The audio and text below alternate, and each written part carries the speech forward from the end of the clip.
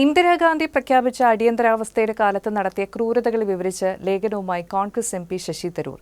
Malayalam, English ദിനപത്രങ്ങളിലാണ് തരൂർ ഇന്ദിരാഗാന്ധിയുടെയും മകൻ സഞ്ജയ് ഗാന്ധിയുടെയും ക്രൂരതകൾ വിവരിച്ച് ലേഖനം എഴുതിയിരിക്കുന്നത്.